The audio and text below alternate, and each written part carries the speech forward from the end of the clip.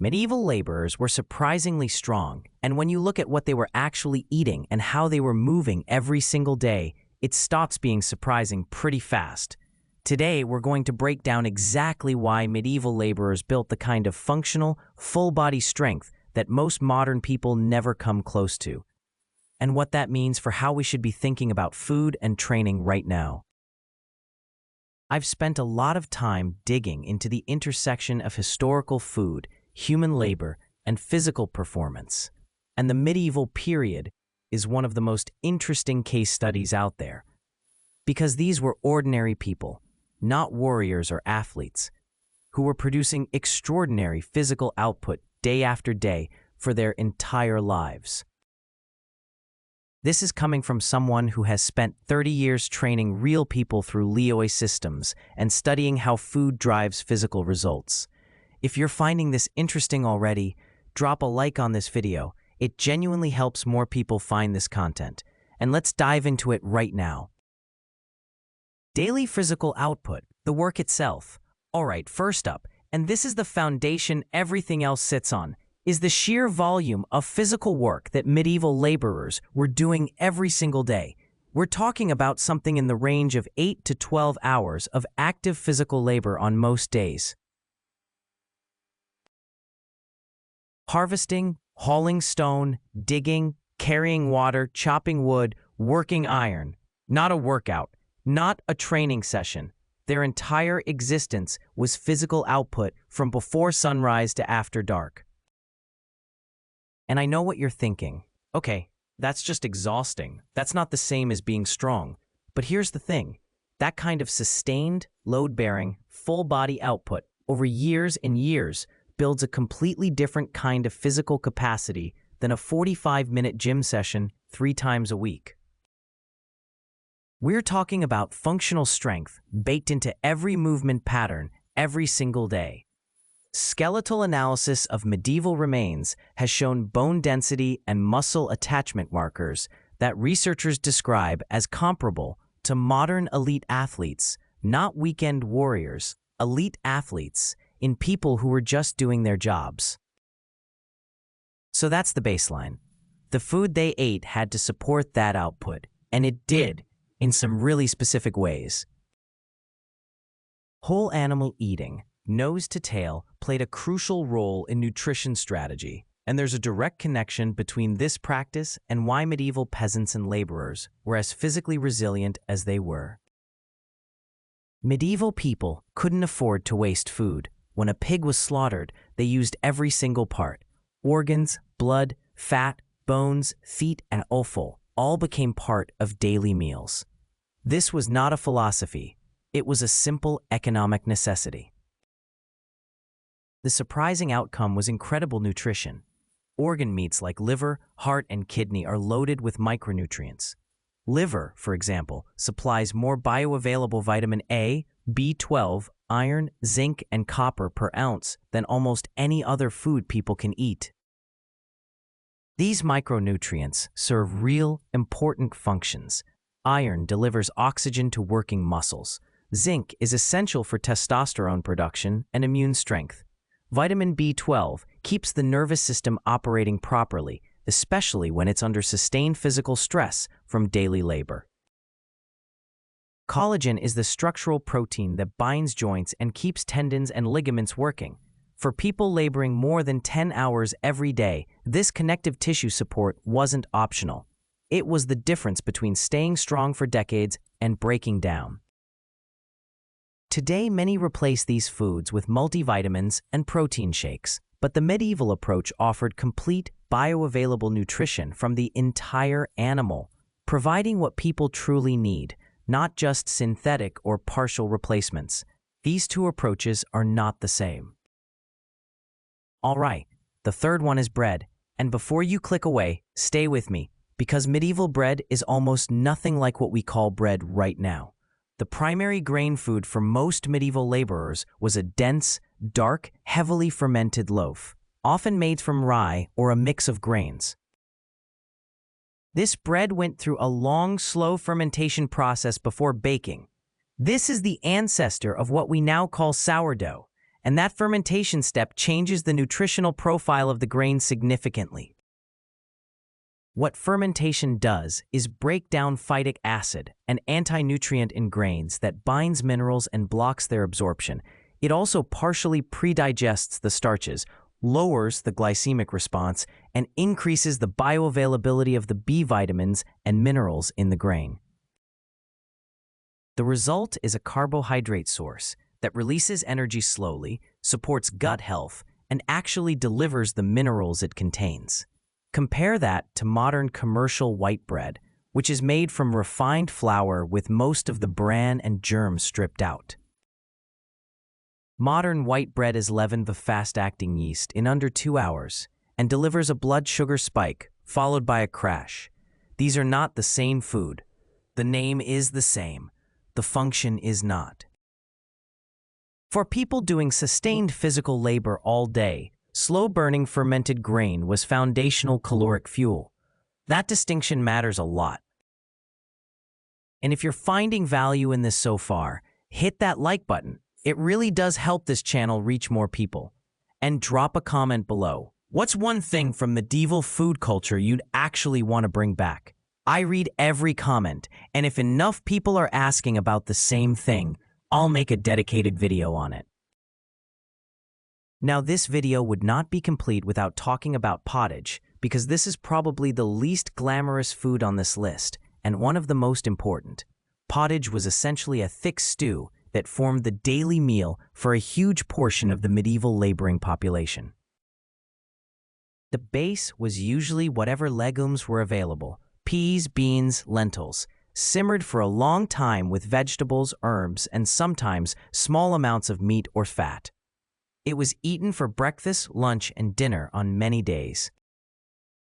Legumes are a complete protein source when combined with grain, which is exactly what pottage typically was: beans and bread together. They're also high in fiber, slow digesting, and loaded with folate, magnesium, potassium, and iron. And critically, they were prepared in ways that reduce the anti-nutrients. Long cooking, often overnight soaking, that can interfere with mineral absorption. The reason this matters is that protein is the building block of muscle tissue. And these laborers were getting consistent, daily protein from legumes, prepared correctly, combined with fermented grain over the course of their entire lives. Not a high-protein diet by modern bodybuilding standards, but steady, bioavailable, consistent. That consistency is what builds durable strength over time. A lot of people underestimate the cumulative effect of getting the basics right every single day for years. Medieval laborers didn't have a choice about consistency. We do, and most of us are less consistent than people eating pottage from an earthenware bowl 800 years ago. Fifth on the list is something that gets almost no attention in the fitness conversation: the micronutrient density of the vegetables and foraged foods that medieval laborers ate. These people were eating seasonally and locally by necessity, which meant they were eating foods at peak ripeness. There were no long supply chains, no refrigeration-driven early harvesting, and no monoculture farming practices that deplete soil mineral content over time. Root vegetables, leafy greens, wild herbs, mushrooms, berries, nettles, watercress, whatever was available in that season was what went into the pot. Mushrooms in particular deserve a mention. Medieval foragers were eating a wide variety of wild mushrooms that we now know contain compounds that support immune function, reduce inflammation, and provide nutrients like ergothioneine that are genuinely hard to get from other food sources. The modern equivalent of this is eating the same 5 vegetables year-round, all grown in depleted soil, transported across the country, and sitting in a warehouse for 2 weeks before they hit your plate. The caloric content might be similar. The micronutrient density is not. For muscle function, recovery, and long-term physical resilience, micronutrients are the infrastructure. Macros get all the attention. The minerals and vitamins that make the macros work are what most people are quietly running low on. All right. Sixth, and this is the one that might surprise people the most, is animal fat, specifically lard, tallow, and the fat that came attached to the meat. Medieval laborers did not trim the fat off their food. Fat was one of the most calorie-dense substances available, and for people burning massive amounts of energy every day, it was essential fuel. Lard, rendered pig fat, was used for cooking, spread on bread, and included in stews. Suet, the fat around the kidneys, was used in baked and boiled dishes. The fat on the meat was the first thing eaten, not the last. Here's why this matters for strength and sustained output. Fat is a slow-burning, stable fuel source. When you're doing hours of moderate-intensity physical work, not sprinting, but hauling, digging, carrying, fat is actually the primary fuel your body runs on. Carbohydrates provide the short bursts. Fat provides the hours. The demonization of saturated animal fat happened in the latter part of the 20th century, and the science that drove it has been significantly revised and challenged since. For most of human history, people were eating animal fat freely, doing enormous amounts of physical work, and the chronic disease patterns that we associate with modern sedentary life simply were not present at the same scale. Removing fat and replacing it with refined carbohydrates was not an upgrade. It was a trade-off with consequences we're still sorting out. The last item on this list is unique. It isn't about a specific food, but an absence. Medieval laborers did not eat refined sugar in any meaningful quantity. They did not consume refined flour stripped of its bran and germ.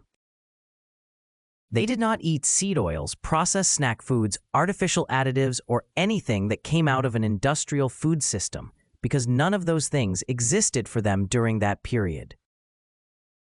When they ate bread, they got minerals. When they ate meat, they got collagen. When they ate fat, they got fat-soluble vitamins. The food was whole because whole was the only option for them.